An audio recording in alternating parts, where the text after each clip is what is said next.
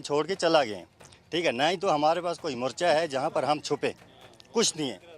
Bunker होना चाहिए जहाँ पर हम छुपे। ये तो चलता रहता है, ये कहीं लड़ाई है लग गई, मगर इसके लिए हमारे को सेफ्टी होनी चाहिए, मोर्चा होना चाहिए, कुछ ना कुछ होना चाहिए। हमें नहीं दिया इस टाइम टांगदार में नुकसान हुआ, हमारे लोग बचे, क्योंकि लोगों के लिए सेफ्टी बनी थी, हमारे लिए नहीं है। इधर भी दे दो वैसे बैंकर, हम भी अपने आप को छुपाए, हम कहाँ भागेंगे, हमारे को भागने की जगह है नहीं।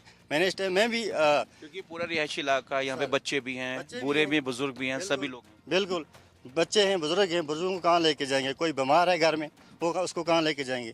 इस टाइम आप देखो सर कितना नुकसान है। ये किसी ने कर्ज लिया हुआ है, किसी ने, ये मकान वाले लोगों ने बताया, कुछ लोगों ने कर्ज लेके, कुछ लोगों ने लोन लेके अपने रोजगार को एस्टेब्लिश किया था। मैं खुद पर्सनल आर्मी से हूँ, मैंने मतलब 26 साल अगर फौज में लगाए, मैंने जो पैसा लाया मैंने इस पर लगा दिया। अभी बिल्कुल इतना नुकसान हो गया, कौन देगा, कौन देगा। पाकिस्तान तो फेंक रहे गोले, मगर आगे हमें बचाव के लिए कुछ नहीं है, तो कुछ नहीं है। आप लोगों से रिप्रेजेंटेटिव या जो भी यहाँ के लोग हैं मिलने आए, उसके बाद 7 तारीख का, जैसे आज 8 तारीख है, इस बीच उसके बाद कोई आया आप लोगों के पास? नहीं सर, हमारे पास कोई नहीं आया, कोई नहीं। पुलिस आई, अपना देख के चला। गवर्नमेंट का कोई भी आदमी नहीं आया, सरकार की तरफ से अभी कोई भी यहाँ पर कोई मतलब हुआ ही नहीं है। कल से कोई किसी ने पूछा नहीं है कि इस गांव में कोई रहता है नहीं है। यहाँ पर लोग मर गए हैं, कहीं भाग गए हैं, कहाँ है, यहाँ तो कोई था ही नहीं, आज लोग दिखाई दे रहे हैं। क्योंकि हमने अभी इस दुकान के जो ऑनर है उन्होंने बताया कि उन्होंने कर्ज लेके इस दुकान को एस्टेब्लिश किया था, उनके बच्चे हैं घर में, कमाने वाले वो अकेले हैं। अब इस तरह से जब रोजगार पूरी तरह से खत्म हो गया तो फिर उनको फिर से दोबारा से शुरुआत करनी पड़ी। सर बिल्कुल इधर खड़ा था, बिल्कुल गरीब है घर से,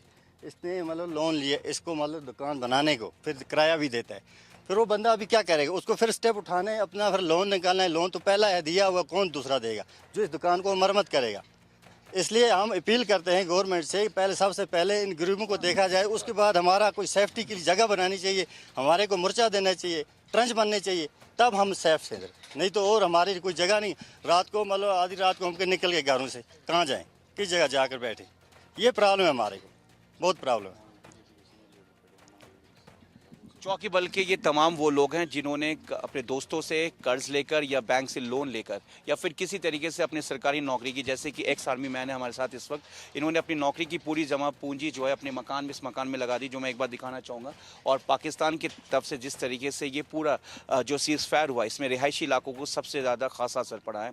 और लोग इस वक्त सिर्फ अपने बंकर और अपने सेफ्टी को लेकर ये अपील करते हैं कि उन जो सरकार है और जो यहाँ के एडमिनिस्ट्रेशन है वो इन पर ध्यान दे कि आखिर वो अपने घर के बच्चे, बूढ़े, औरतें और जो बुजुर्ग हैं उनको लेकर कहाँ जाए, क्योंकि अभी कुछ पता नहीं कि आगे क्या होने वाला। हालांकि लगातार जो है, जो जिस तरीके से भारत और पाकिस्तान के बॉर्डर पर तनाव बना हुआ, उसको देखते हुए यहाँ के लोग जो है अपने जो परेशानी और जो सच्चाई है, जिसको लेकर जो सुरक्षा का मेन अहम रोल है, उसको लेकर सबसे ज़्यादा परेशान है। अपने सभी कैमरामैन अंकुश के साथ मैं जावेद हुसैन, इंडिया न्यूज़, चौकी बल।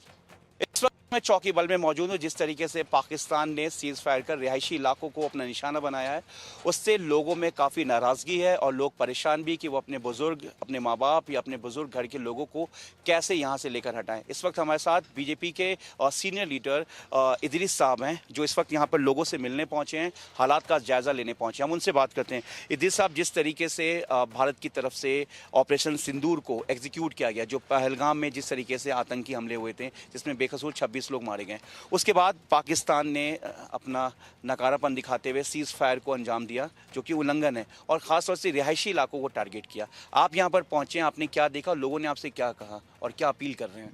जी शुक्रिया, आपका बहुत बहुत शुक्रिया जो आप यहाँ पहुँचे। देखिए, ये जो पाकिस्तान ने ये गलती की है, यहाँ पे ये इनोसेंट लोगों पे ये बरसाए हैं, गोले बरसाए हैं, इनका जानी माली नुकसान किया है, इसकी हम मजम्मत करते हैं। देखिए, हमने जो वहाँ पे जो अटैक हुई, पहलगाम अटैक, उसकी तमाम कश्मीर वालों ने मजम्मत की है, सब ने मिल के, हम उसकी इस वक्त मजम्मत करते हैं। अलबत्ता ये जो फायरिंग हुई है, ये जो छल गिराए गए हैं हमारे ये मासूम लोगों पे, इनकी प्रॉपर्टी, इनका जानी माली नुकसान हुआ है। आप देखिए, ये देखिए, कैमरामैन से आप बोलिए, ये देखें कितना बड़ा नुकसान हुआ है। ये गरीब लोग हैं, यहाँ पे नौकरियां नहीं हैं, अनएम्प्लॉयमेंट है, और आप देखिए कि ये लोग अपना गुजारा कर रहे थे, अपना टाइम पास कर रहे थे, तो इनका ये नुकसान कर दिया। कितना बड़ा नुकसान है ये तो हम लफ्ज़ों में बयान नहीं कर सकते। यहाँ ये गोले नहीं पड़े, ये पूरी बस्ती में पड़े। मैं अभी देख के आया, करना पूरे एरिया में पड़े हैं, वो भी मैंने देखा। आपको मैं वो डालूंगा उसकी वीडियोज़ वगैरह, फोटोज़ वगैरह। तो बहुत बड़ा नुकसान कर दिया है पाकिस्तान ने, हम गरीब लोगों का इंतहाई बड़ा नुकसान हुआ है। तो बराए मेहरबानी आप हमारी आवाज़ सेंट्रल सरकार तक पहुंचाएं। मैं पर्सनली भी वहां पहुंचूंगा इंशाल्लाह ये बात लेके, ये मसाइल लेके।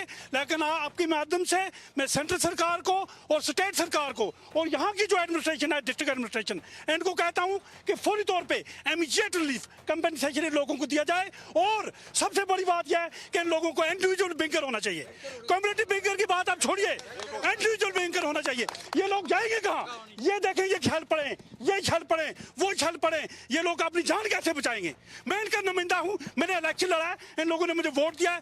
दें या ना दें, ये मुझे सपोर्ट करें या ना करें, मैं इनकी सपोर्ट के लिए राउंड द क्लॉक 24 घंटे खड़ा हूँ। और इदरीस साहब, क्या आपकी जो रिप्रेजेंटेटिव है स्टेट गवर्नमेंट की बात करें या सेंट्रल गवर्नमेंट की बात करें, क्या कोई बात हुई इसके बाद इन लोगों को लेकर कि जिस तरीके से तनाव बना हुआ है भारत और पाकिस्तान के बॉर्डर पर, तो जो सीज फायर लगातार हो रहा है, कई रिहायशी इलाके जो टारगेट हो रहे हैं, पुंछ की अगर हम बात करें या हम जरा रजौरी की बात करें या फिर हम चौकीबल की बात करें, इसके अलावा कई इलाके जो है वहाँ पर हुआ, तो जो लोग हैं, जैसे आपके पीछे शख्स खड़े हुए हैं, इन्होंने कर्ज लेकर अपनी इस दुकान को एस्टैब्लिश किया था, अकेले कमाने वाले। तो ऐसे में क्या सरकार से आप लोग की कोई बात हो रही, क्योंकि आप खुद एक पार्टी को रिप्रेजेंट कर रहे हैं और आप खुद नुमाइंदे भी हैं यहाँ से? जी देखिए, बिल्कुल मैं रूलिंग गवर्नमेंट से हूँ। सेंटर पे हमारी सरकार है और हमारी वो सरकार है जो देती है लोगों को, लेती नहीं है, देती है। तो मैंने सरकार से ये रिक्वेस्ट की है कि इन लोगों को जितना इनका नुकसान हुआ है, इनको वो तो कंपनसेशन मिलना चाहिए, इनको रिलीफ मिलना चाहिए। और इनके बचाव के लिए मैंने सेंट्रल सरकार से ये उस दिन मैंने प्रेस कॉन्फ्रेंस की टंगडार में, उसमें भी मैंने रिक्वेस्ट किया सेंट्रल सरकार से और स्टेट सरकार से। स्टेट की हमारी सरकार तो ये जो है उम्र सरकार, ये तो कठपुतला सरकार है, इसकी पास तो अख्तियारात हैं या नहीं है वो हमें सब दिखाई दे रहा है। और ये बड़ी बात यह है, सरकारों के पास अख्तियारात होते हैं लेकिन इनके पास दिल नहीं है, इनके पास वो दर्द नहीं है आवाम का जो होना चाहिए। तो इसलिए ये काम करने को तैयार ही नहीं। ऐसे देखिए इन लोगों ने सरकार बनाई, तक सरकार का कोई मतलब आपका इदरीस साहब ये कहना है कि राजनीति से हटके पहले इंसानियत और ह्यूमैनिटी होनी चाहिए, ह्यूमैनिटी होनी चाहिए। देखो हम लोगों ने ये सरकार बनाई, यहाँ के एमएलए हैं, यहाँ के मिनिस्टर हैं, कहाँ हैं वो? क्यों नहीं लोगों के बीच में आए कि इनका दर्द बांटने, इनके दुख शेयर करने? क्यों नहीं आए वो? कहाँ है हमारा एनसी का एमएलए? कहाँ है हमारा मीर सैफुल्लाह जो ये मिनिस्टर है यहाँ का? या हमारा उमर अब्दुल्ला कहाँ है? वो यहाँ क्यों नहीं पहुंचा? अगर वोट मांगने वो टिटवार जा सकता है, सतपुरा और बॉर्डरों पे जा सकता है, क्या आज इनकी खबर लेने यहाँ नहीं आ सकता है? उनको आना चाहिए, यहाँ लोगों को देखना चाहिए और लोगों के जो हालात वाक़ात हैं इनको देख के और इनका नुकसान पूरा करना चाहिए। और खासकर मैं एक ही बात बोलूँगा, मैंने सेंट्रल सरकार से बोला है, मैंने स्टेट सरकार से बोला है, मैंने गवर्नर इंतजामिया से रिक्वेस्ट किया है कि इन लोगों को प्रियॉरिटी पे ये बैंकर जो है इंडिविजुअल बैंकर वो दिए जाए। उसके बगैर इन लोगों की कोई सेफ्टी नहीं है। कब पाकिस्तान को कोई पता नहीं है। इंडिविजुअल बैंकर की आपने मांग? जी हाँ, इंडिविजुअल बैंकर्स इनको होने चाहिए। देखिए कम्युनिटी बैंकर्स भी होने चाहिए, लेकिन आज वो नहीं बन पाएंगे, उन पे खर्चा होता है, टाइम वो लगता है। आज इंडिविजुअल बैंकर लोगों को दिए जाए ताकि ये फौरी तौर पे ये अपने वो रहने की जगह बना लें, बचने की जगह बना लें। जान है तो जहान है, इन लोगों की जिंदगियों के साथ खेला जा रहा है। आप यहाँ पर इस पूरे तनाव इलाके में, जहाँ पे एक तरफ तनाव, तो आपने ह्यूमैनिटी ग्राउंड पे कहीं ना कहीं पॉलिटिक्स को पीछे रख के लोगों के बीच आए हैं, लोगों का हालचाल लेने के लिए। देखिए सर, ऐसा कुछ कोई सियासत नहीं है।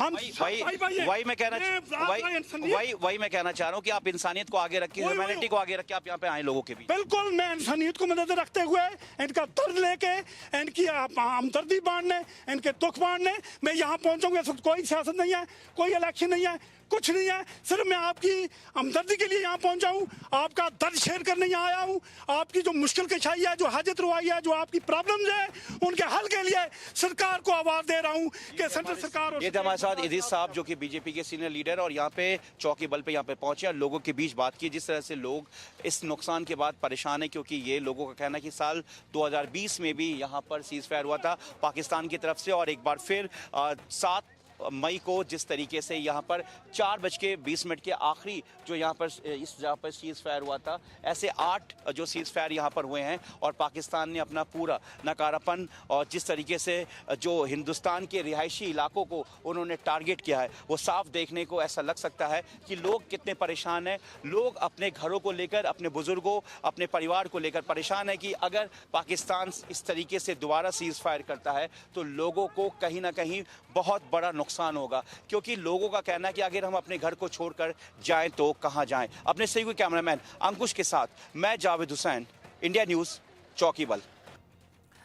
उधर बड़ी खबर है, इमरान खान की पार्टी पीटीआई का बड़ा दावा, रावलपिंडी में ड्रोन पहुंच गए हैं।